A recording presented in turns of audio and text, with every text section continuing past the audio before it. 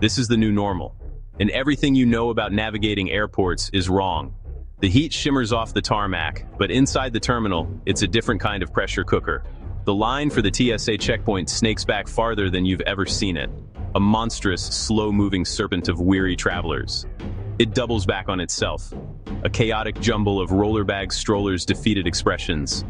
You glance at your watch, then at the departures board, a knot tightening in your stomach. The minutes are evaporating. This scene isn't a hypothetical nightmare. It is the stark reality of airport travel in the summer of 2026. A perfect storm of unprecedented passenger volumes, systemic staffing shortages, outdated infrastructure. The old tricks and timelines that once guided us through the airport with a comfortable buffer are now dangerously obsolete, a recipe for missed flights and vacation disasters. The Airport Survival Guide: Why You'll Miss Your Flight This Summer. This isn't just a feeling or an unlucky day at the airport, it's a statistical certainty. Records for the busiest travel days were not just broken in 2025, they were shattered. The TSA reported screening nearly 3.1 million passengers in a single day, a high watermark in its entire history. 6 of the top 10 busiest days ever recorded all occurred within the last year. Projections for upcoming holidays show an expected 18.5 million travelers cramming into a system that is already showing severe signs of strain. The government shutdown that began in late 2025 only poured fuel on the fire, leaving critical federal workers like TSA agents and air traffic controllers either furloughed or working without pay, decimating morale and efficiency when we needed it most. The goal of this playbook is not to scare you, it's to arm you. It is to provide a clear, no-nonsense set of usable rules that you can follow right now to navigate this chaotic new environment. Forget the well-meaning but outdated advice you got from your parents or what worked for you 5 years ago. We will cut through the noise and give you actionable steps, real-world tools, and a new mindset for tackling the airport from the moment you leave your house to the second you find your seat on the plane.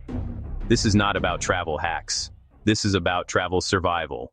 The summer of 2026 will be remembered as the point of no return for air travel. It was the season the system buckled under a weight it was never designed to bear. The problem is a simple but brutal equation. More people are flying than ever before, while the number of staff and the efficiency of the infrastructure have failed to keep pace. The AOLA projected a staggering 72 million Americans would travel over the 4th of July holiday period in 2025. And a Bank of America survey found that 70% of people planned a summer vacation, a significant jump from the previous year. This wasn't just pent-up demand. It was a new, elevated baseline of travel that has become the norm. The system simply cannot handle it. This surge in passengers hit a wall of operational deficiencies. Airports are complex ecosystems that rely on a delicate balance of airline staff, federal employees, airport personnel. When one part of that system falters, the entire structure groans. The 2025 government shutdown was a body blow, causing multi-hour TSA wait times. In airports like Houston's George Bush Intercontinental, where lines stretched for over 3 hours as agents worked without pay. This isn't just a TSA issue. It affects air traffic controllers, customs agents, and other critical federal workers, creating a ripple effect of delays and dysfunction across the nation's busiest travel hubs: Orlando, Atlanta, Las Vegas. The old advice, therefore, is not just unhelpful, it's actively harmful because it creates a false sense of security. Showing up 2 hours before a domestic flight from a major hub like Dallas-Fort Worth or Chicago O'Hare on a busy weekday is no longer a safe bet. It's a gamble you're likely to lose. For decades, the standard airport arrival advice was passed down like a sacred travel commandment. Arrive 2 hours before a domestic flight and 3 hours before an international one. This was the golden rule, a comfortable cushion that accounted for parking, check-in, security, and a leisurely stroll to the gate. That rule is now a relic of a bygone era. Following it in 2026 is like using a paper map in the age of GPS. It might eventually get you there, but it's inefficient and ignores the powerful, real-time data at your fingertips. The 2-hour rule was born in a time of lower passenger volumes and more predictable staffing levels. It simply does not apply to the current reality. The failure of this old rule is rooted in the increased number and severity of potential delays at every step of the airport journey. A traffic jam on the way to the airport, a 45-minute line just to drop off a checked bag, and then a 75-minute security queue can easily consume those 2 hours before you've even had a chance to buy a bottle of water. Airports like Houston's IAH and New York's JFK now top lists of airports requiring the earliest arrivals precisely because of these compounding delays. The new reality is a multi-front war. You are fighting for a spot in the baggage drop line, a bin at the security checkpoint, and overhead space on the plane. The recent government shutdown highlighted this fragility, with processing times for trusted traveler programs like TSA PreCheck and Global Entry slowing significantly. Even those who paid to expedite their journey found themselves caught in unexpected delays, proving that no one is immune to systemic breakdowns. It might still work for a Tuesday morning flight out of a small regional airport, but for major hubs during peak seasons, it is a recipe for a full-blown travel crisis. Let's get straight to the point. The new rule is simple, firm, and non-negotiable for travel during any peak period. For domestic flights from a major airport, your new minimum arrival time is 3 hours before departure.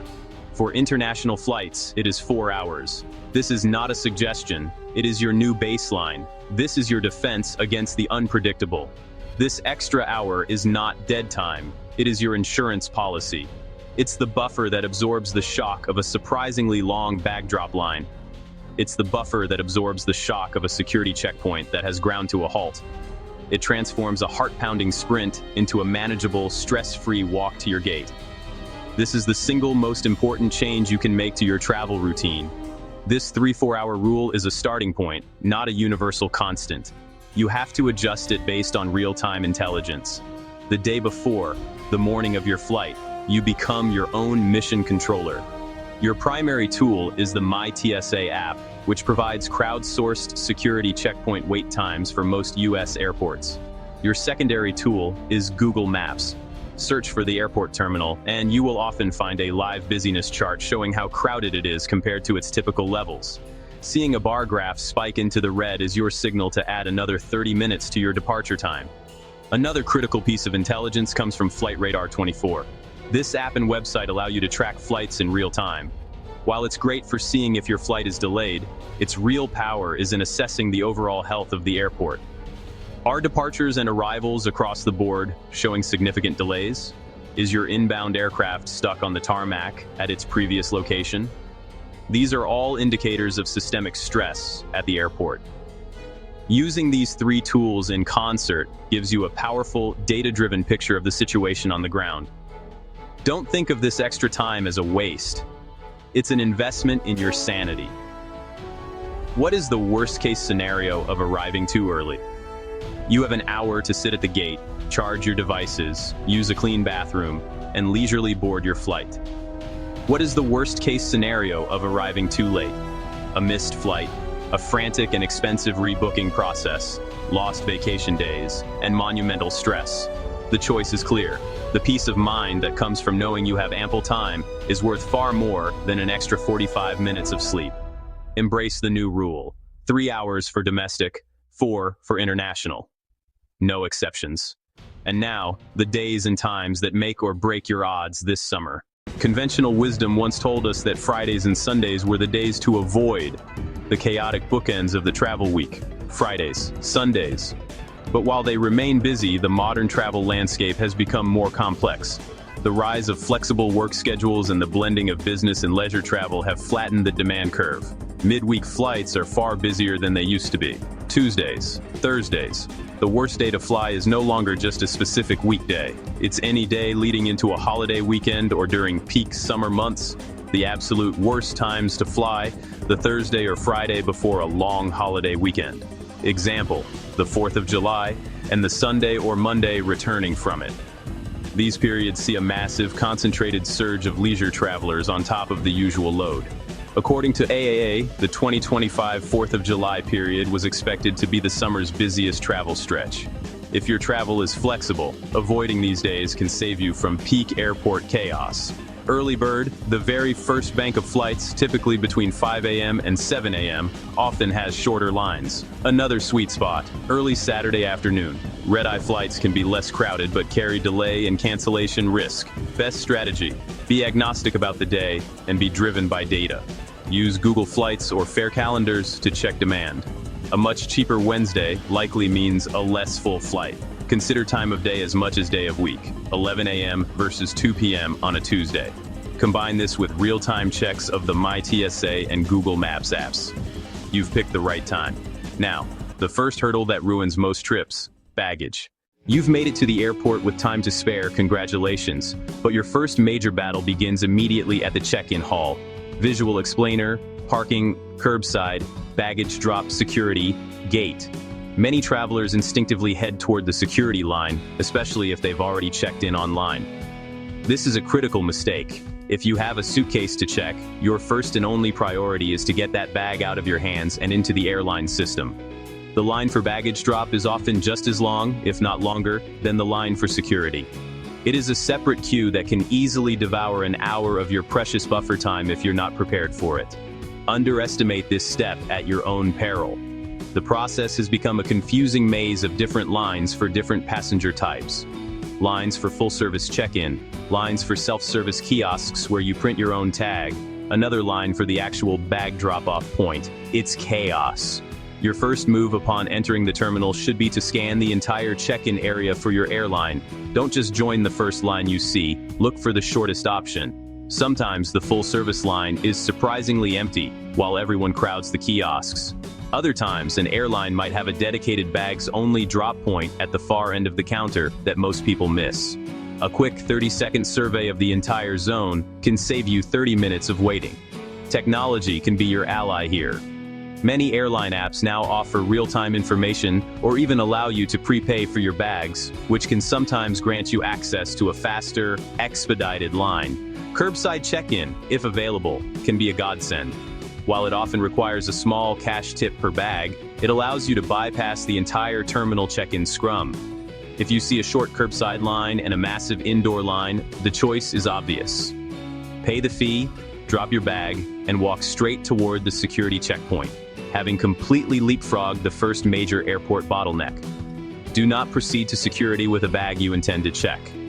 You cannot take a full-size suitcase through the TSA checkpoint.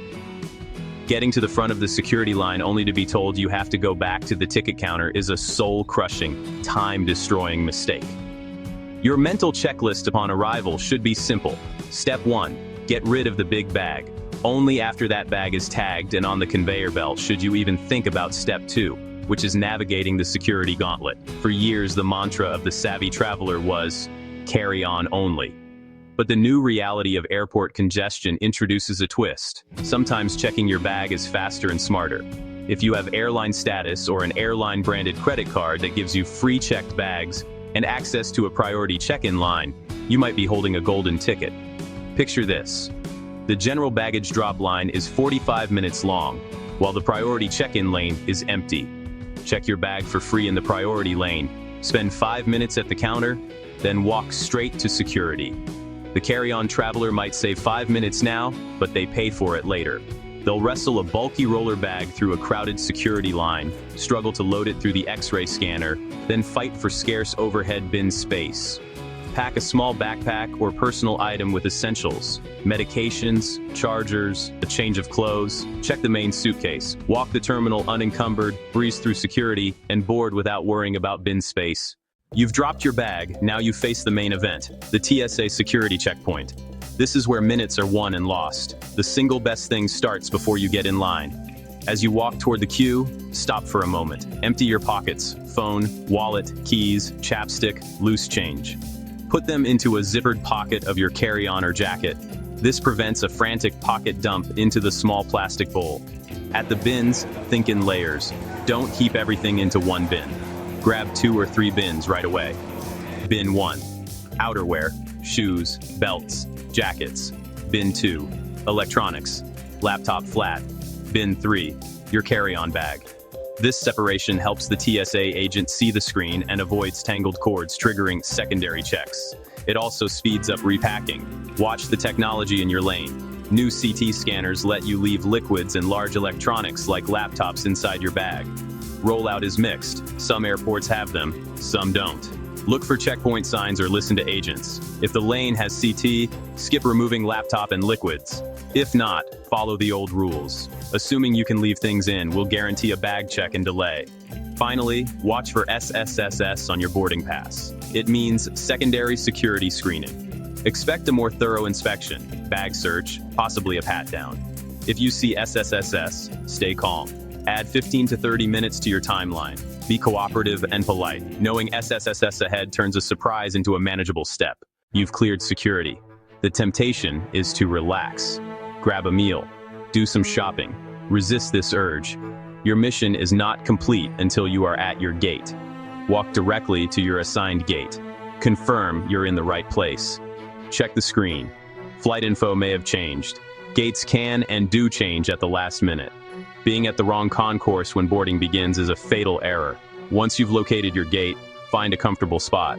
Boarding often begins 30 to 40 minutes before departure, so it can happen quickly. The overhead bin space race is real and ruthless. If you're in a later boarding group, your chances of finding space for a roller bag diminish. Wander off to a distant food court and arrive after your group has been called. You risk gate checking your bag. You also slow down the entire boarding process for everyone else. Use a nearby bathroom. Avoid the one right at your gate. A short walk to the next gate often finds a cleaner, emptier restroom. Charge your phone at a power outlet. Keep headphones, your book, and other in-flight entertainment easily accessible, not buried in your roller bag. If you have a tight connection or worry about delays, politely speak with the gate agent. They have the most up-to-date information. Recap the 3 core commandments. 1. The 3 4-hour rule. 2. Baggage drop first. 3. Be gate ready early. What's your worst airport line story? Drop it in the comments. Help the community avoid the same traps. Grab the free downloadable PDF checklist linked below. Travel smart, travel early. See you at